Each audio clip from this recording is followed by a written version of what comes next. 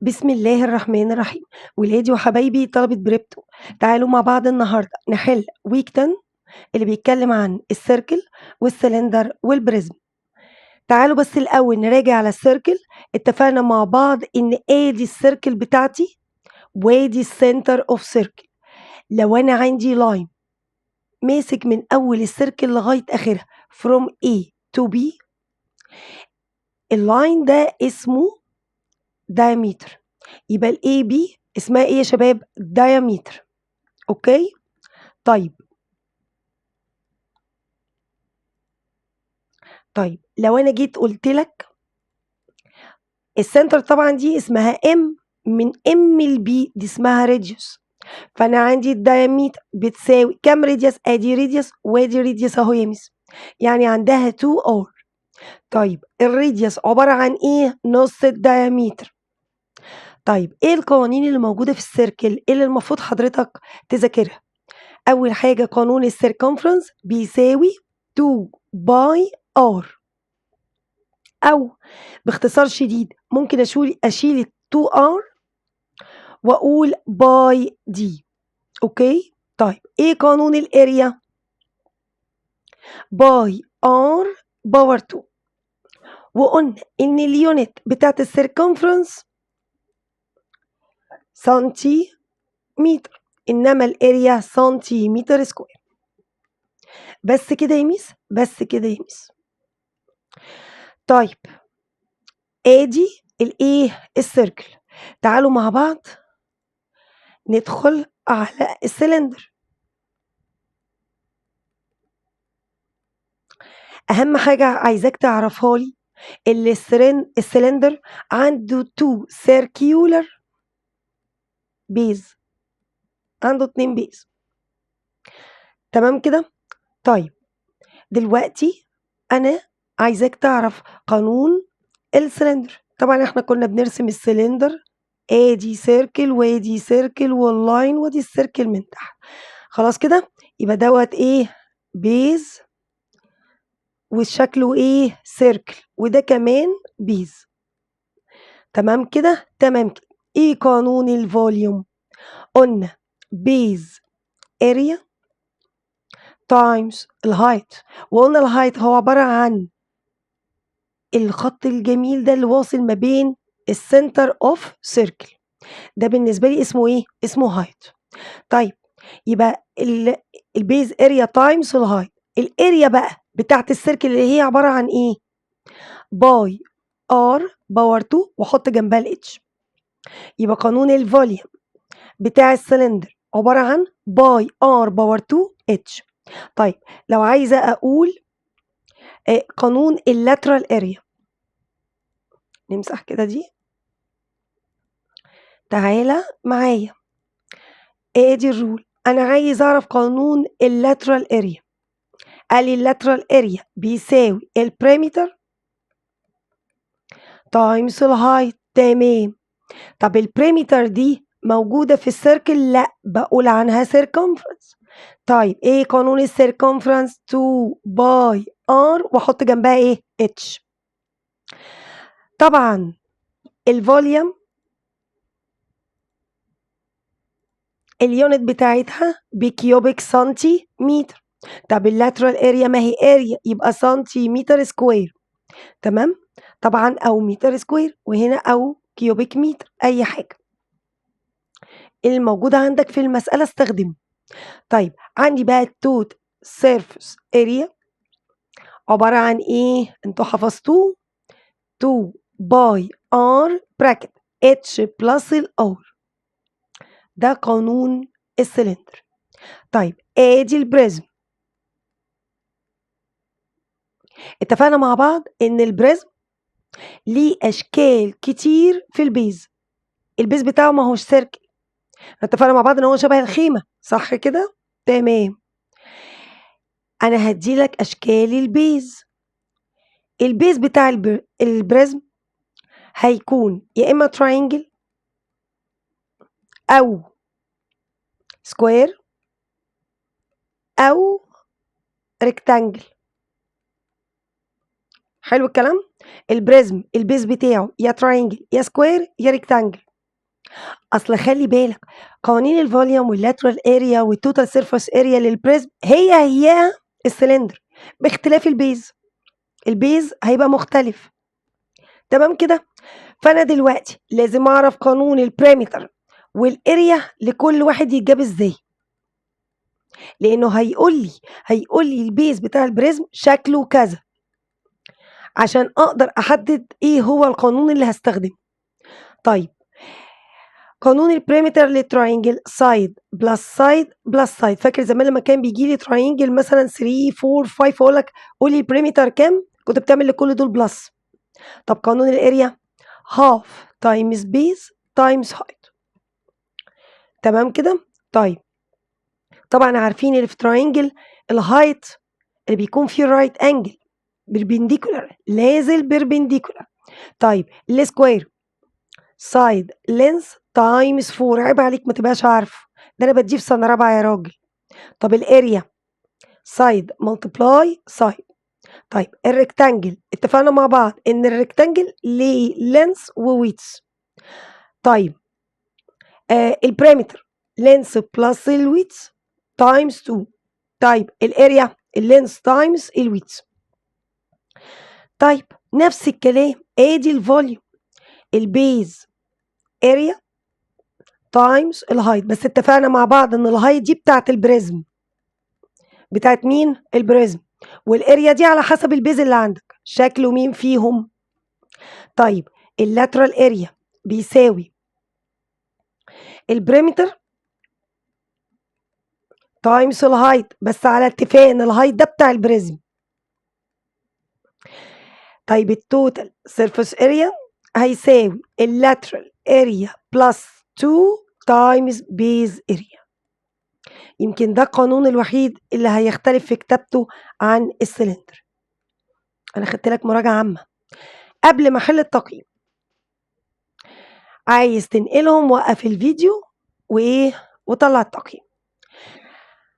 ركز معايا بقى في موديل 10 سوري ويك 10 موديل اي واحده واحده بقى معايا. بيقول لي دلوقتي انا عندي circumference of circle الدايمتر بتاعه ب 20 سنتيمتر. ركز معايا كده. طيب هو عايز السيركمفرنس. حلو الكلام. ايه قانون السيركمفرنس؟ اكتبه واكتبه على حسب اللي مديهولك. انا عندي قانونين، خد اللي فيه دايمتر يبقى تقول ايه باي دي، صح كده؟ تمام. بس في مشكله يا ميس، انا لاحظت وانا بحل ان هو راميلي الباي بره. رامي الباي بره، يبقى اذا انا مش هدخل الباي في حساباتي، انا هطلع الباي بره اهو ارميها بره. طيب الدي بكام بقى؟ ب 20. طب هو دي انا عملت لها تايمز حاجه، ما هي نزلت زي ما هي. مش السيركمفرنس بتساوي الباي رميتها بره خلاص. الدي بتساوي كام؟ 20 يبقى ايكوال 20 باي. الفكره كلها ان السيركمفرنس اليونت بتاعته سنتيمتر ودي اهم حاجه. طيب فين ال 20 باي سنتيمتر لتر ايه؟ تعالى معايا في question نمبر 2.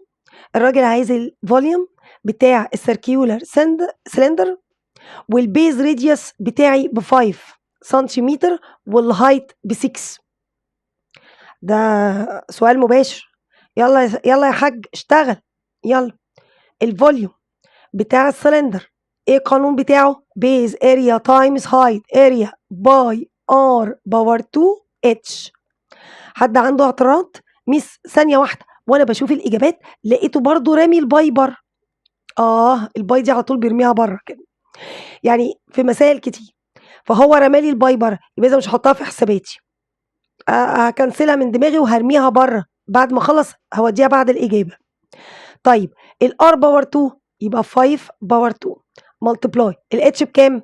ب 6. تمام كده. طلعي الاله يلا يا عم الحاج اشتغل معايا. يبقى هتكتب كده 5 باور 2 تايمز 6 ايكوال كام؟ 150. وما تنساش الباي عشان هو راميها بره. في نقطة بقى، ده ايه؟ ده فوليوم. طب اليونت بتاعه ايه؟ كيوبيك سنتيمتر. كيوبيك سنتيمتر. يبقى انا هختار انهي اجابة؟ اهي لتر اي. تعالى معايا بقى، يا رب المكان يكفي. تعالى معايا في question 1. بيقول لي عندي رايت سيركيولار سلندر، الراديوس بتاعه بكام؟ ب5. يبقى تكتب كده الار ب5. فاكرين الدرافت اللي قلنا عليه؟ طيب والهايت ب10. طب انت عايز ايه؟ انا عايز الفوليوم. تعويض مباشر، ما فيهوش اي مشكله. الفي بتساوي باي ار باور 2 اتش. تمام. تمام. هعمل ايه؟ هل هو ادالك الباي؟ يعني كتب لك الباي ب 22 اوفر 7 او 3.14؟ لا خلاص ارميها بره يا عم الحاج وما تشتغلهاش. اهو بتساوي الار بكام؟ ب 5 باور 2 تايمز الاتش اللي هي ب 10. 5 باور 2 ب 25 تايمز 10 250. وده فوليوم. انا عماله باكد على موضوع اليونت. كيوبيك سنتي متر. شفت عملت لك بلون مختلف، يا رب نركز. بكيوبيك سنتي متر. تمام.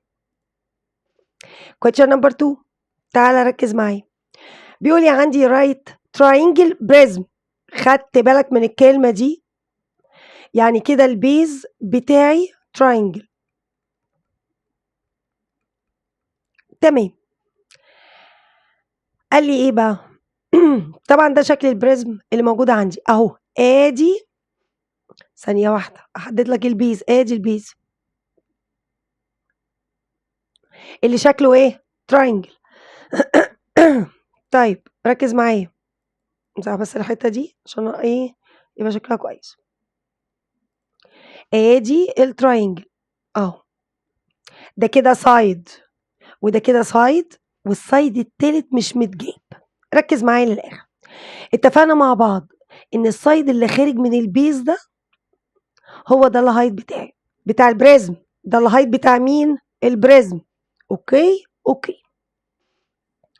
يبقى دلوقتي البيز تراينجل، ادي الهايت بكام؟ ب10. اوكي. طيب بعد كده قال لي ان اللينس بتاع البيز تراينجل ب6 و8. السايد بتاع تراينجل بيز ب6 و8. find the lateral area. الراجل عايز اللاترال اريا. بص بقى يا باشا، اكتب كده قانون اللاترال اريا على الجنب.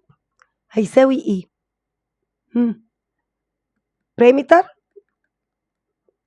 تايمز الهايت. تمام تمام. طبعا دوت البيز بريمتر. خلاص. طيب البيز بريمتر، يعني انا هجيب البريمتر بتاع التراينجل ده مش كده؟ طيب دوت تراينجل البريمتر بتاعه بيساوي ايه؟ سايد بلس سايد بلس سايد. هل الثري سايد كلهم عندك؟ انا عندي 1 2 والتالت مش عندي. يبقى انا لازم اجيب الثيرد سايد. طب اجيب الثيرد سايد بتاع التراينجل ده ازاي؟ خدت لي بالك انت من الحركه دي؟ ده هو لازم يجيبها لك. ده رايت انجل. يبقى الثيرد سايد اللي في وشه ده مين؟ برافو، هايبوتنس. يبقى هشتغل ايه؟ بايثاغورس. نقول تاني، البيس شكله تراينجل. خلاص. عشان اجيب البريمتر بتاع التراينجل ده، عشان اجيب اللاترال اريا لازم اجيب له الثيرد سايد. فهقول له كده الثيرد سايد equals، بما انه هو هايبوتنس فهعمل للضلعين التانيين بلس. يعني اقول 6 باور 2 بلس 8 سوري 8 باور 2. طيب الناتج بتاعهم هيطلع كام؟ 100. تمام. طبعا في الثيرد سايد كنا بنعمل سكوير روت، فالسكوير روت لل 100 بكام؟ ب 10 سنتيمتر. بص بقى معايا، يبقى انا دلوقتي الثيرد سايد طلعته بكام؟ ب 10 سنتيمتر. كلام جميل. ابتدي اجيب البريمتر. فقانون البريمتر بتاع البيس تراينجل سايد بلس سايد بلس سايد اللي هو بيساوي 6 بلس 8 بلس 10 اللي هو هيساوي كام؟ 8 و 10 18 و 6 24 سنتيمتر. حلو الكلام؟ كلام جميل. تعالى بقى نجيب اللاترال اريا. نمسح بس دي عشان انا كنت بوريك.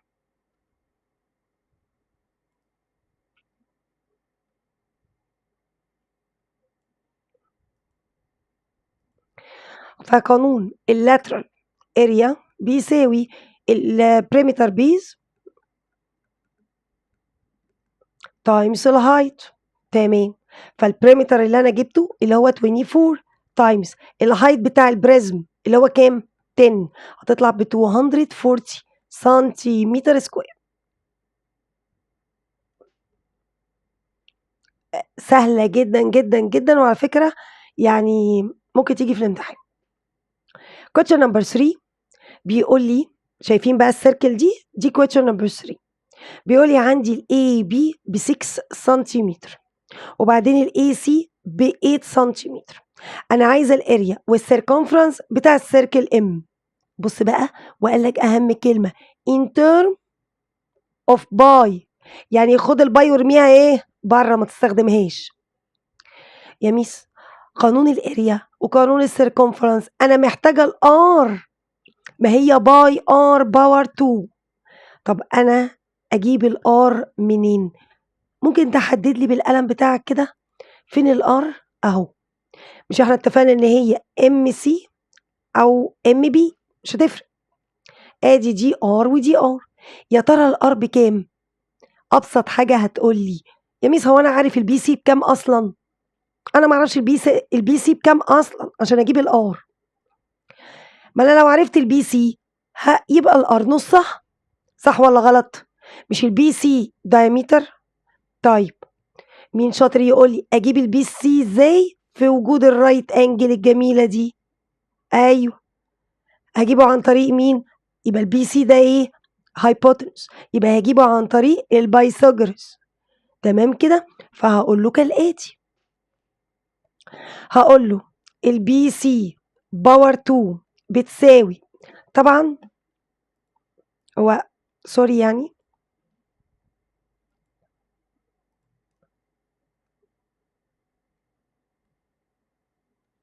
هقول له since او هقول له in triangle A B C right at A. ما انا عشان اسمح لنفسي اشتغل بايثاغورس لازم اقول له مين رايت. بما ان التراينجل دوت رايت ات اي يبقى البي سي باور 2 ايكوال الاي بي باور 2 بلس الاي سي باور 2، يبقى هتساوي 6 باور 2 بلس 8 باور 2. هتساوي كام يا شباب؟ هتساوي 100.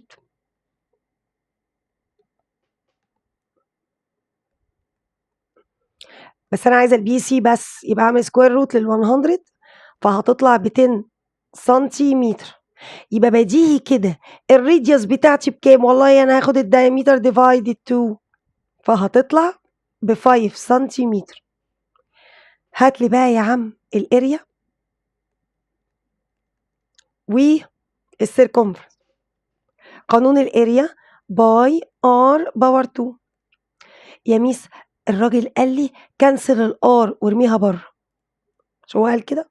كنسل الار، يبقى الار باور 2 يبقى اقول 5 باور 2 equal 25 باي، تمام كده، سنتيمتر سكوير.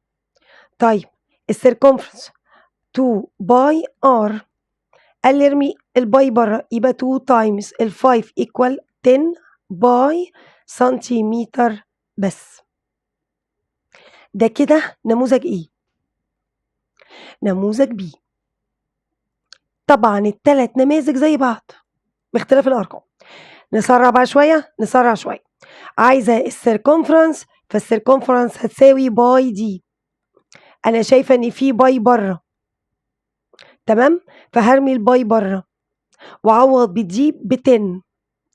ال10 بقى ما عملتلهاش تايمز مع أي حاجة، يبقى 10 باي وده circumference سنتيمتر، يبقى 10 باي سنتيمتر اللي هي letter B. تعالى معايا في question 2، عايزة الفوليوم للرايت circular cylinder، يبقى هقول له باي R باور 2 H. الراجل طلع الباي بره، هشيلها من حساباتي. الار هكتب 5 باور 2 تايمز الهايت اللي هو 6، هتطلع بكام يا شباب؟ 150 باي. بس خلي بالك ده ايه؟ ده فوليوم، فهكتب كيوبيك سنتيمتر. دور بقى على دي 150 باي كيوبيك سنتيمتر. تعالى معايا في الشكل الجميل اللي عندي ده. انا عندي الراديوس ب5 سنتيمتر، تمام، والهايت بكام؟ ب9 سنتيمتر. طيب انا عايزه الفوليوم. اسالك سؤال، جاب لك الباي؟ لا ما تدخلهاش في الموضوع، يلا قانون مباشر ما فيهوش اي مشكله. عايزه الفوليوم للرايت سيركيولار سلندر، هقول باي ار باور 2 اتش، يبقى هقول ايكوال، طبعا هكنسل دي وارميها بره. الار يبقى 5 باور 2 ملتبلاي الاتش اللي هي ب9، هتطلع بكام يا شباب؟ اعملوها على الآلة، 225 كيوبيك سنتيمتر. وما ننساش الباي، ما ننساش الباي، انا كتبتها بره. نفس الكلام عندي رايت تراينجل بريزم، ادي التراينجل، ادي ده البيز، بصوا ادي البيز اهو، وخلي بالك في رايت انجل هنا، خلاص. ادي البيز بتاع البريزم، خلاص، ده البيز بتاعي، تمام. طيب الهايت بتاعي بكام؟ بيساوي 10، وقلت لك ده الهايت بتاع البريزم، اوكي. وبعدين قال لي التراينجل ده اللينس بتاعه ب 3 ولينس تاني ب 4، عايزه اللاترال اريا.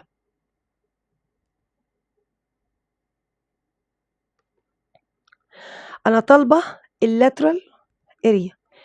ايه قانون اللاترال اريا بتاعي؟ بريمتر تايمز الهايت.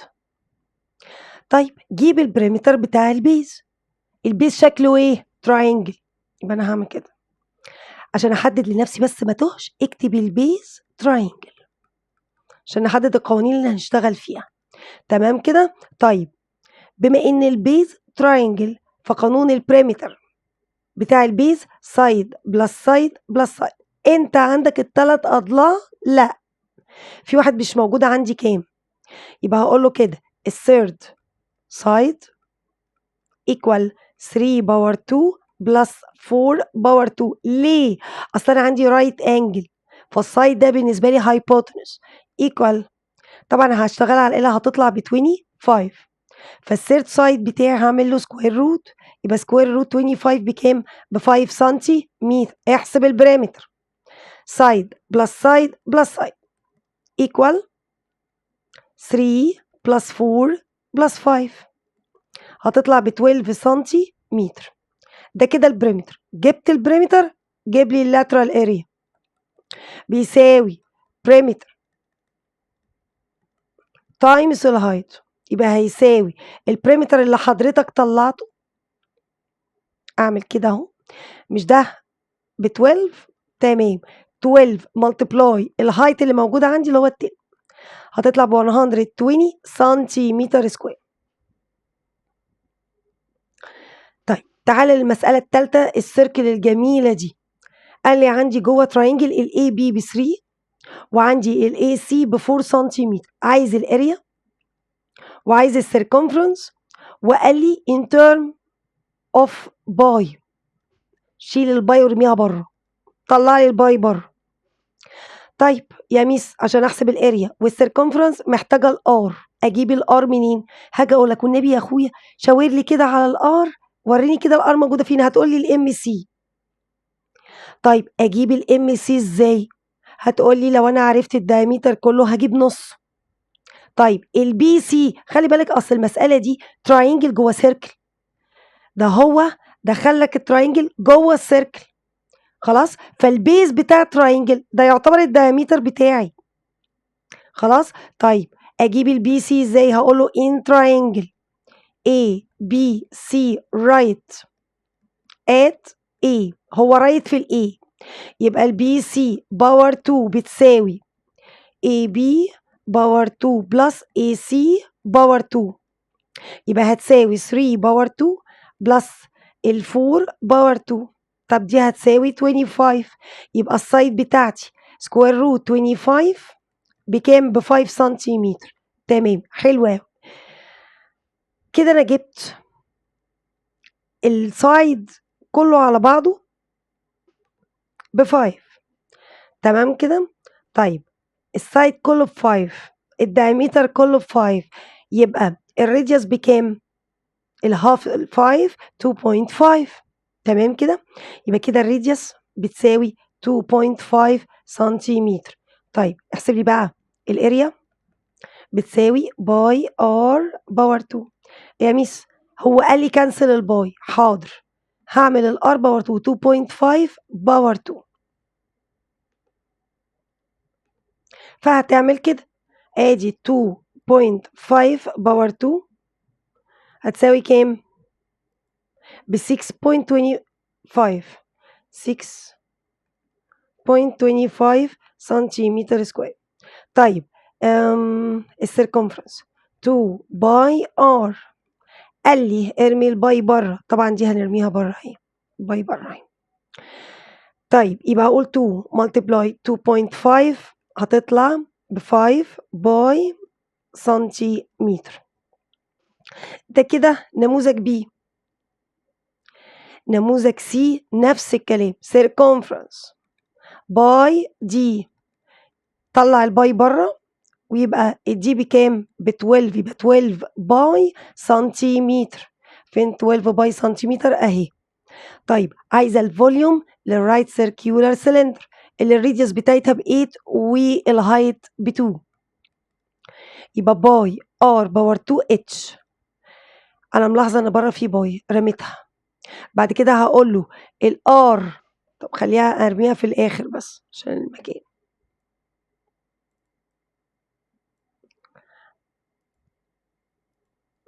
هقول له كده الار اللي انت مديهاني اللي هي ال8 اعملها باور 2 تايمز الاتش اللي هي 2. خلاص. ادي الهايت ماشي. هنعمل كده اهو 8 باور 2 ملتبلاي ال2 هتطلع 128. وخلي بالك ان الباي بره، وخلي بالك ان ده فوليوم. بصوا لازم اغير لك اللون، لازم تاخد بالك، هو بيوقعك في الجزئيه دي كيوبيك سنتيمتر، فوليوم كيوبيك سنتيمتر، دور على اللي انت طلعته اهو.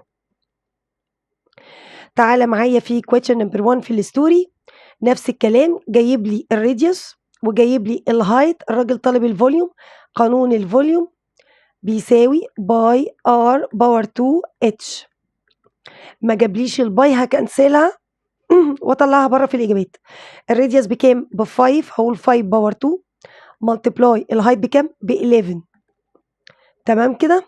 وهجيب الآلة بتاعتي ولا تزعل خالص، هقول كده 5 باور 2 ملتبلاي 11 هتطلع 275. وهرمي الباي بره لان هو ما قاليش بكام، واكتب كيوبيك سنتيمتر. تعالى معايا في question number 2 اللي تقريبا انتوا حفظتوه من كتر ما اتكرر. هو بيقول لي، هو قال لي انا عندي رايت ترانجيولار بريزم، البيز بتاعي شكله ايه؟ تراينجل. طيب وادي الهايت ب 8 والتراينجل ده الطول فيه 3 و4، عايزه اللاترال اريا. قانون اللاترال اريا بيساوي البريمتر تايمز الهايت على حسب طبعا البيز. اجيب البريمتر ازاي والسايد لينس ده مش موجود؟ يا ميس ده انا عندي رايت انجل، هستخدم بايثاغورس. يبقى هقول له كده الثيرد سايد equal 3 باور 2 بلس ال 4 باور 2 طيب هتساوي كام؟ طبعا دي 9 16 25 يبقى الاس بتساوي سكوير روت لل25. ده السايد خلاص هيساوي 5 سنتيمتر، يعني ده ب5 سنتيمتر. طيب احسب لي البريمتر، هقول له ايه؟ 3 طبعا ده اس بلس الاس بلس الاس، يبقى 3 بلس ال4 بلس ال5 equal 12 سنتيمتر. طيب اللاترال اريا هيساوي البريمتر تايمز الهايت اللي حضرتك اللي هو بتاع البريزم اللي هو بكام؟ ب8. يبقى هقول له ايكوال البريمتر انت طلعته بكام؟ ب12. يبقى هقول له 12، مش انت طلعته ب12 اهو، هقول له 12 ملتبلاي الهايت بتاع البريزم الاصلي 8. تمام كده؟ هيطلع لك ب 96 سنتيمتر سكوير. تعالى معايا في اخر سؤال في موديل سي، جايب لي تراينجل جوه السيركل والتراينجل ده رايت انجل. قال لي ان الاي بي ب 12 والاي سي ب 16. الراجل طالب الاريا والسيركمفرنس وقال لي in terms of باي، ارمي الباي بره. عشان اجيب الثيرد سايد انا عندي رايت انجل، يبقى هقول له in triangle A B C right at A. فالبي سي باور 2 بتساوي اي بي باور 2 بلس اي سي باور 2 بتساوي 12 باور 2 بلس 16 باور 2 هتساوي اهو، تعملها كده على الآلة 12 باور 2 بلس 16 باور 2 بتساوي 400. طيب انا عايزه البي سي بس، فهعمل سكوير روت لل 400 هتساوي 20 سنتيمتر. انت طلعت الدايمتر كله ب 20، يبقى الراديوس بكام؟ ب 10. يبقى كده الام سي بتساوي 20 divided 2 equal 10 سنتيمتر. طيب احسب بقى الراديوس يا عم، سوري الاريا. قانون الاريا باي ار باور 2، كنسل الباي، يبقى هتساوي الار اللي حضرتك طلعتها اللي هي ال10، هقول 10 باور 2 هتساوي كام؟ 100 سنتيمتر سكوير. طيب ال circumference 2 باي ار، خلي بالك بصوا ما طلعناش الباي بره.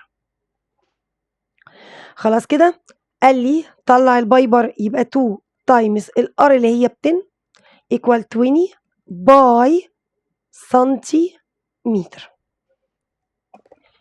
3 نماذج احلى من بعض، التلاتة هو طبعا نفس الاسئله بس هو بيأكد على فكره معينه، ازاي اجيب الثيرد سايد في تراينجل رايت انجل، يعني هستخدم البايثاغورس، ولازم تحدد في البريزم البيز بتاعك ايه، تراينجل ولا سكوير ولا ريكتانجل. احفظ القوانين كده نكون خلصنا ويك 10. اشوفك على خير ان شاء الله باذن الله في التقييم اللي جاي.